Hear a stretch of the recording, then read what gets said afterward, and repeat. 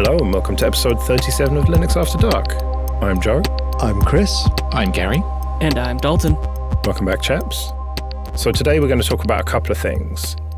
Let's start with boutique distros. This is something we got talking about in our little Telegram group. A very much boutique distro seems to have died. Let's not name names and get into that, but that's what kicked off the conversation. And we kind of got into the question of what even is a boutique distro? Like, is Ubuntu Mate or Ubuntu, does that count as a boutique distro? I don't think so, but who argued that they were? Yeah, so I don't think that they're boutique on the same level as some other smaller distros, but I do think that they're not quite in the same league as something like Debian or Ubuntu or OpenSUSE, right? So they've got a relatively small number of maintainers, in some cases just one maintainer. But in the case of Ubuntu Mate and Ubuntu, they do have a reasonable governance model, and they do have people behind them that are well-known and well-respected in the industry. So they're a little bit different. But when you think about some of the distros where there is a real bus factor, I think that's kind of more what I was getting at.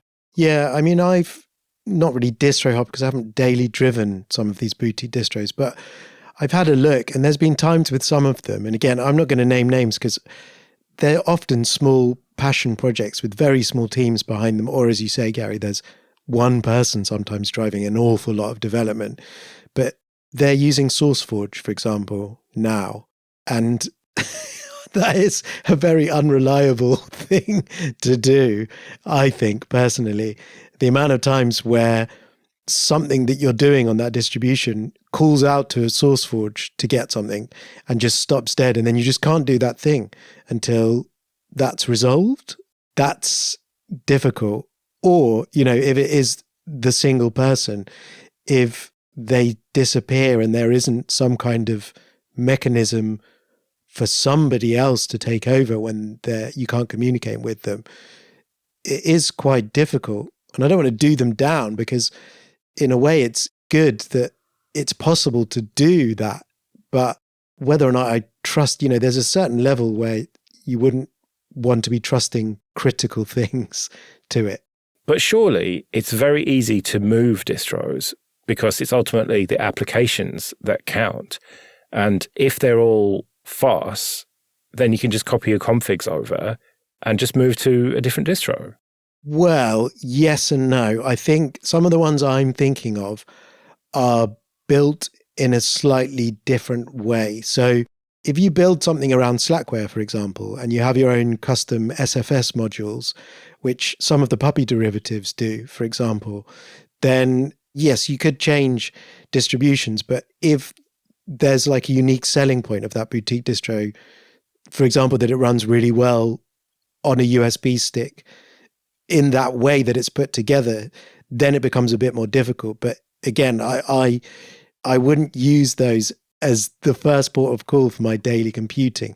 They're quite handy. Like I have some USB sticks in my bag where at a pinch, they're available to boot some kind of persistent environment that has some SSH keys on encrypted and a little KeyPass vault, which has some stuff.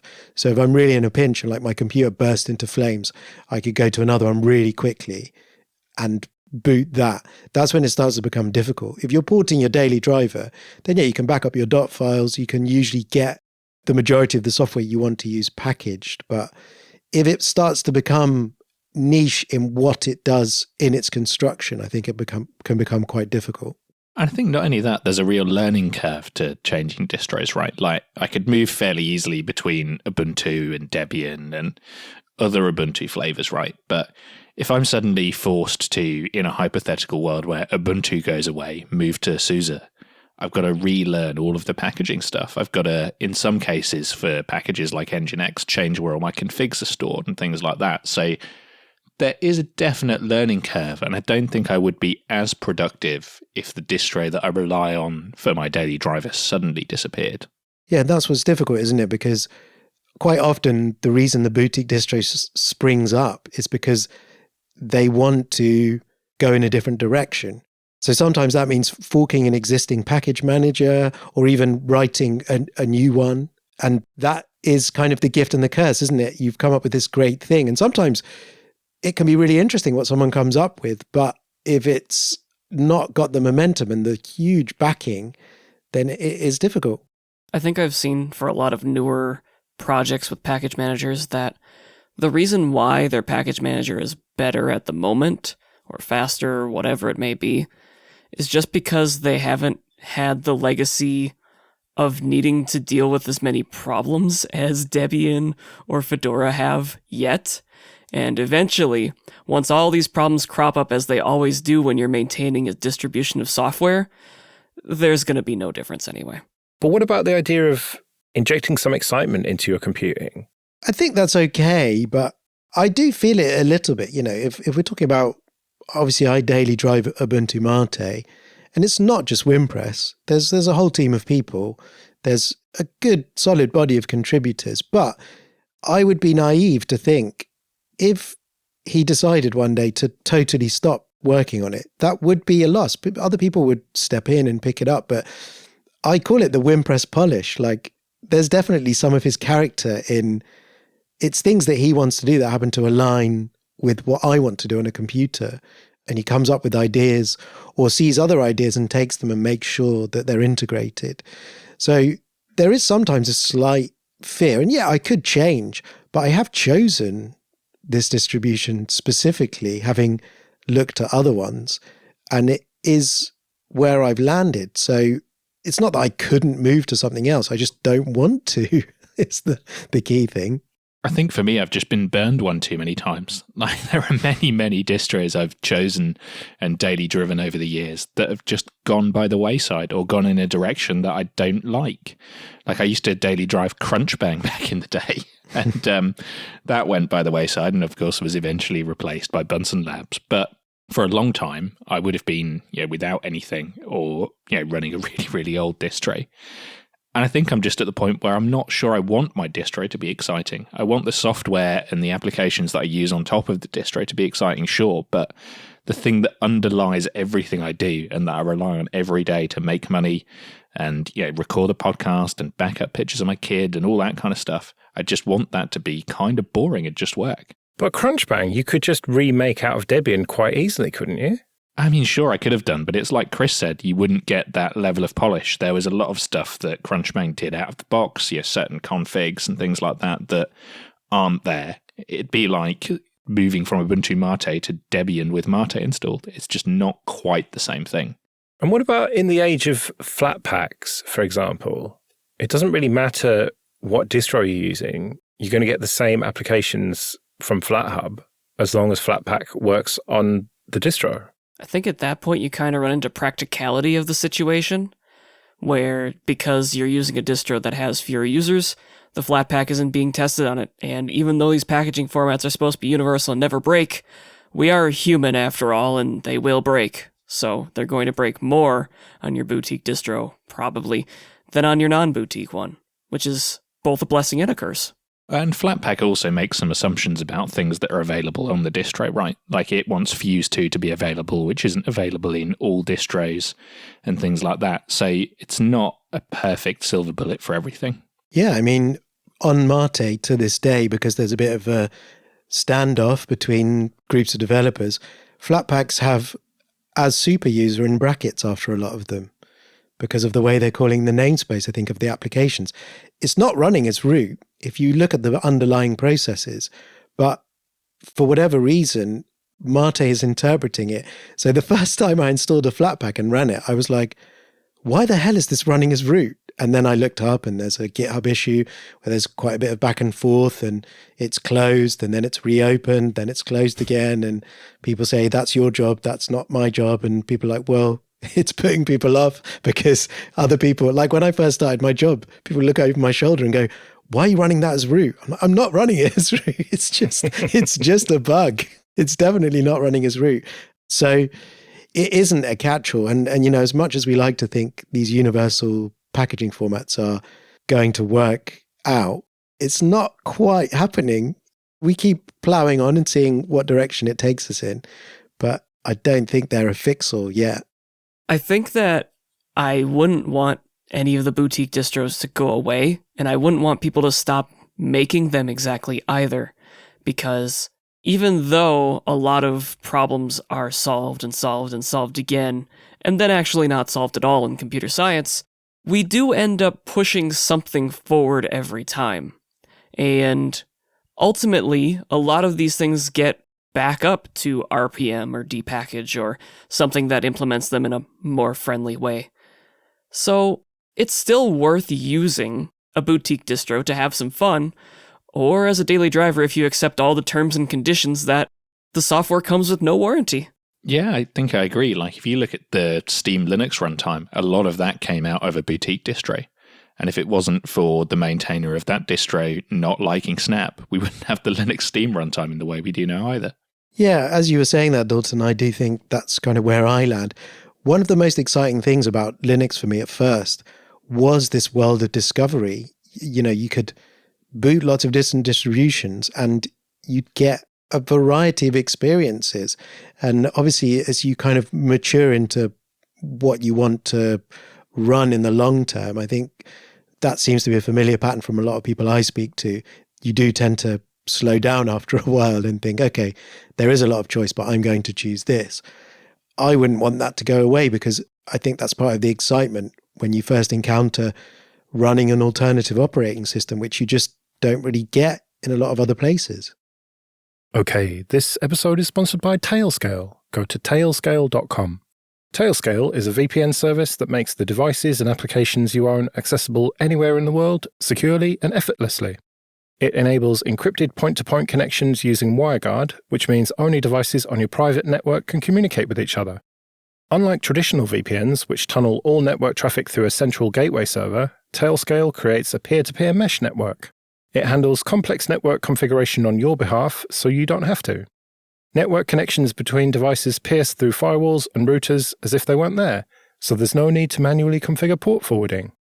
Tailscale is available for Linux, Mac, Windows, Raspberry Pi and ARM, Android, iOS, Synology, and for devices that don't allow additional software to be installed, such as printers and other embedded devices, where you can set up a subnet router to act as a gateway, relaying traffic from your Tailscale network onto your physical subnet. So go to tailscale.com and try it for free on up to 20 devices. That's tailscale.com. Quick bit of admin then. First of all, thank you everyone who supports us with PayPal and Patreon. We really do appreciate that. If you want to join those people, you can go to linuxafterdark.net/support. And remember, for $10 or more per month on Patreon, you can get an advert-free RSS feed that includes this show, Linux Downtime, and Late Night Linux. And if you want to get in contact with us, you can email show@linuxafterdark.net.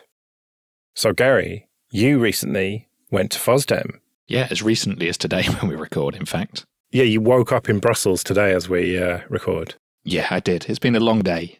Glad to be back in the UK. But yes. So, did you have a good time? I did. This is my second Fosdem. And I sort of went on a bit of a whim this year, not knowing if anyone I knew was going, not really knowing if too many listeners were going. But I thought, you know what? I fancy a weekend in Brussels, so I'm going to go for it. And yeah, I had a good time. Fosdem is one of those conferences that I think everyone should go to at least once. So what did you particularly check out? What were the things you remember the most? Well, I mean, it's Belgium, right? So every single time Fosdem starts out on the Friday night at the Delirium Bar. And if you can imagine a bar full of people like us, that's pretty much it, with very strong Belgian beer. But for me, one of the things that always stands out is the hallway track, right? Like, you get talking to all sorts of different people from different backgrounds who've got various different interests, and that's always really good. And in terms of talks, I just checked out a whole bunch across different tracks. The thing that always amazes me about Fosdem talks is that there are so many of them that you could probably do a week-long conference and still not be able to see all of the talks. So I've got a whole list of them bookmarked in the Fosdem app to go and watch when the video is available on demand.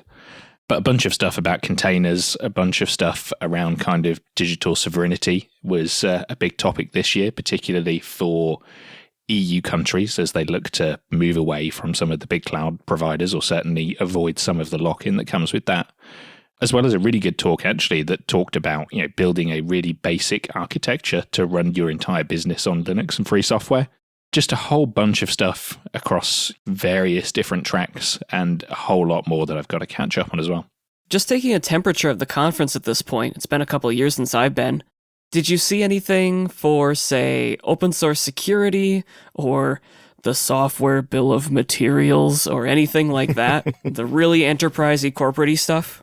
Yeah, I mean, there was some corporate stuff there. And like you say, there are always talks where people have a solution and they build a talk around the solution that they have, which happens at all conferences, right? I've even seen that at things like OggCamp, which is on the kind of more hobbyist side of things compared to something like a Fosdem. But yeah, I mean, there were talks around things like SBOM and security and all that kind of stuff. But I think, there are a bunch of different people going to Fosdem for different reasons. There are people whose employers sent them, which was the case when I went 3 years ago.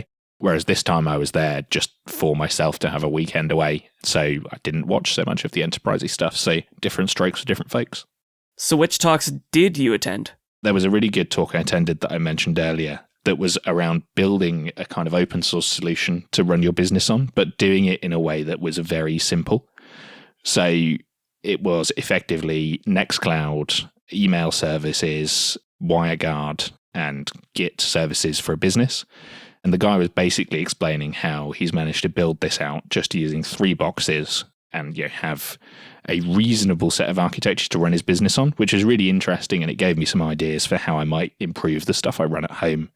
Things like adding LDAP for single sign-on, Keycloak for some additional security and that kind of thing. So that was a really good one.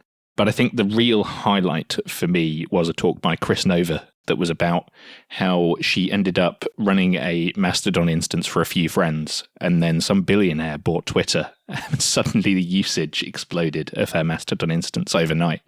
For context, she goes into how this was running on an old PowerEdge box in her basement, and suddenly she had to scale it to tens of thousands of users and build a community around it and all that stuff. And that was a really interesting talk as well, just about the challenges of scaling some of this stuff as we move more towards the Fediverse.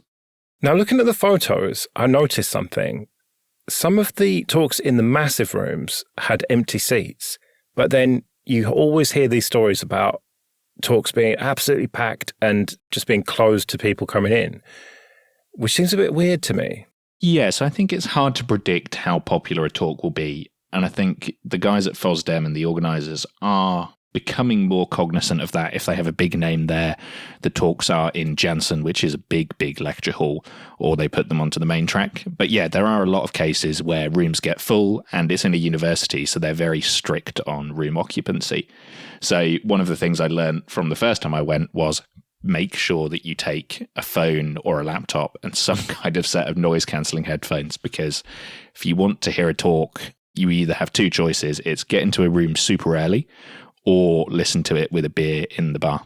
For more context on that, a lot of the talks that end up in Janssen will have a couple of seats empty. It's usually not a lot, though. Especially when it comes to things like Matrix. Whenever Matrix is up there, the room's always full, standing room only, or people being turned away. But for example, there was a mobile Linux talk last time I went that was tepid, not entirely full, but not super empty either. So it's just, they're trying their best. A lot of the Birds of the Feather sessions will get full. When I was running Birds of Feather for mobile Linux and Pine 64 stuff, those were definitely full, but they were in smaller classrooms as well. So you get what you get. So what about the nightlife aspect of it, the kind of after-conference, not quite hallway track, but the social track, let's say? What was that like? So I think it varies year on year, and it depends who you end up bumping into and what kind of thing you're interested in. So a lot of the vendors tend to run events in the evening that are basically they rent out an entire bar in Brussels. This year I stayed away from quite a lot of that because I've got another conference to attend this week as we record. But yeah, basically everywhere you go in Brussels, there are people in Fosdem t-shirts or people with ThinkPads running Linux. It's quite strange. Like even this morning as I got on the Eurostar, you could very clearly see that there were a lot of Linux users and a lot of Fosh users sitting in the train station. So yeah, wherever you go, you're going to bump into some people. I was trying to find out how many people have attended in past years, and it seems to be about 8,000-ish is the number that gets quoted. Does that seem about right then? Yeah, I would say between 8 and 10,000. There's definitely more people there than there was at like Linux Fest Northwest, for example, the last time I went there. You can get an idea of the numbers in the closing presentation. They always give stats from the Wi-Fi controllers, which is as good a metric as any for how many people were there, although that's being slightly skewed by things like MAC address privacy and things. But yeah, that seems about right. Somewhere between 8 and 10,000 feels like the right number. Worth noting that they don't track anyone who goes there. Really, they don't have a badge system or anything. You just walk in, and you can walk in at any entrance on the campus, and you're at Fosdem. Yeah, absolutely. It's a completely non-ticketed event. So you just literally turn up at ULB and you're at Fosdem. And you got to see the latest RISC-V board running Plasma to add in a little bit that Phelan might find exciting. Yeah, I did. So all of the usual suspects were there with stands, Mozilla, KDE, the GNOME Foundation, OpenUK, Postgres, MariaDB, UbiPorts had a stand there. Gentoo even had a stand there. Debian, all of the usual suspects had stands there. But yeah, the KDE stand was particularly popular because they had a Vision 5 board that was running Plasma. And it was running Gcompré, which is kind of like a 2D kids game. And they had sort of a gyroscope controller, for want of a better word, that you could use to play some basic 2D kids games with it. And yeah, I was quite impressed at the performance of it. Like, things took a little while to load, but once they were loaded in, it was perfectly usable. So it was a good sign that, things are moving along nicely in the RISC-V space. I think that makes you the first of us to have actually had hands-on with a RISC-V device, unless you have, Dalton. Nope, I had experience with that last time I went to Fosdem. They already had a RISC-V board there, but that one had an external GPU connected over a crazy PCI Express link. This time, the GPU was integrated.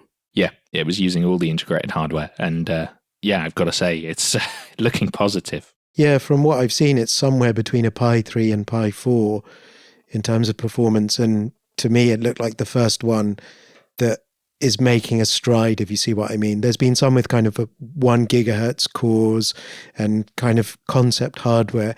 This is the first board that I've personally seen released that looks like it's driving towards a usable SBC that's more like a Pi or something similar. Yeah, I mean, it was a 1.5 gigahertz SoC, 8 gigs of RAM, was running from an SD card, which might explain some of the slow loading times that I saw. But yeah, it was pretty promising. So do you think that it was just fully back to normal then? Yeah, it very much felt like it. There seemed to be as many people there as there were last time I went in 2020. Yeah, very much felt back to normal. I was a little bit more cautious about not going into some of the really, really packed rooms, but I guess it's very much an at your own risk, and you've got to judge with your level of comfort. Yeah, I didn't see much masking in photos, for example. Yeah, and they can't make people wear masks, right? But yeah, there were people wearing masks, but it was very much the exception rather than the rule. Would you go again? Yeah, I would. I think it's a good conference to go to. And particularly if you're already in London or already in Western Europe, it's not too difficult to get to. Like, I just jumped on the Eurostar and it was 2 hours. Wasn't too bad at all. So yeah, time permitting, I would return. Right, well, we better get out of here then. Remember, you can email in show@linuxafterdark.net. We'll be back in 2 weeks. But until then, I've been Joe. I've been Chris. I've been Gary. And I've been Dalton. See you later.